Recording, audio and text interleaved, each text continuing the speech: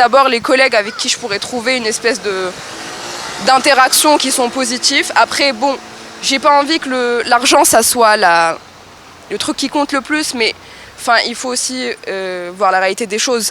Et la réalité du marché, du monde capitaliste, c'est que, on a besoin d'argent. Alors moi, c'est pas l'argent, parce que du coup, on sait qu'infirmière, déjà, c'est pas le métier le mieux payé, on va dire, par rapport à ce qu'on fait.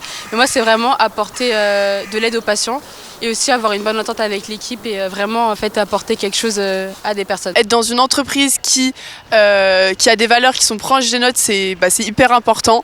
Et donc oui, pour moi, ce serait quelque chose d'assez important, que ce soit l'écologie, l'égalité entre les sexes. Lorsqu'on est bien au sein de son entreprise, on peut essayer de se surpasser. Et bon, après, le salaire compte aussi, mais réellement, le critère premier, c'est l'ambiance au sein de l'entreprise.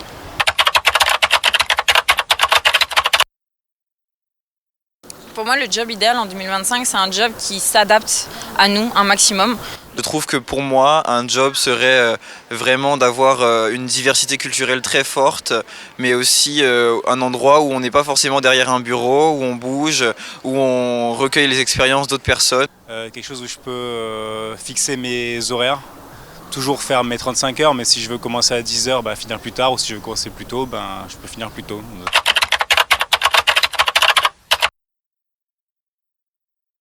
L'endroit où on est, pour moi, ça change rien tant que le travail il est fait, que c'est un travail qu'on peut faire sur l'ordi. Je pense que ça change rien. En télétravail, je pense que je serai moins motivée, on va dire. Ça me poussera moins à vouloir travailler, etc. Tandis que si je suis avec les gens, j'aurai plus le contact.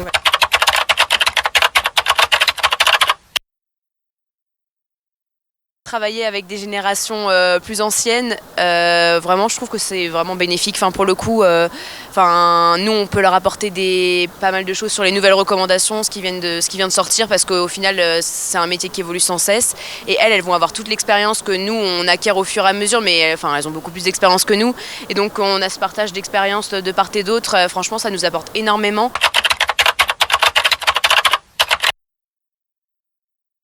Ils recherchent plus de sens dans leur travail déjà, et aussi un cadre qui est un peu plus flexible et qui s'adapte à eux plutôt que l'inverse, où nous on a plutôt été habitués à s'adapter à notre travail, à s'adapter à notre employeur. J'ai l'impression qu'aujourd'hui ils cherchent peut-être un peu plus à imposer leur choix et pour avoir un équilibre en fait tout simplement vie pro-perso plus sain. Ils ont beaucoup d'ambition, donc ça c'est bien.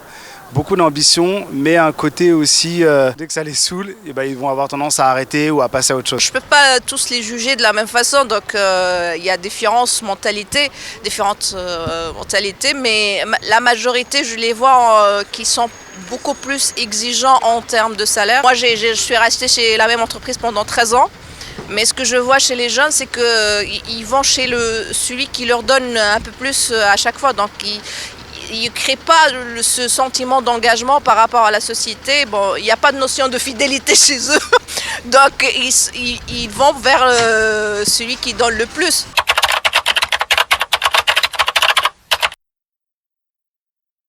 J'espère que dans 10 ans, je gagnerai beaucoup d'argent et que je serai bien dans mon travail. Mais j'avoue peut-être me mettre à mon compte parce que travailler pour quelqu'un, c'est pas trop quelque chose qui me convient pour l'instant.